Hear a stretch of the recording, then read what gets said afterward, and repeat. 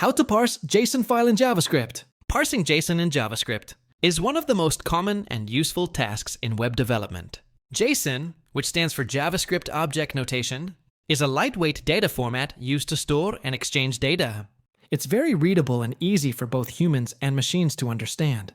When working with JSON in JavaScript, you're usually retrieving it from an external source like an API or a file. Once you receive the JSON data, it comes in as a string. To make it usable in your JavaScript code, you need to parse it into a JavaScript object. This is done using the built-in JSON.parse method. After parsing, you can access the data, just like any other object, by calling its keys or looping through its arrays.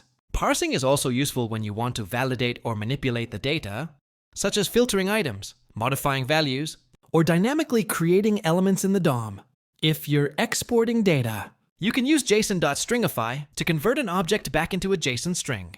This is especially useful when sending data back to a server or storing it in local storage. JSON parsing is an essential part of modern JavaScript development, especially when dealing with dynamic and real-time applications.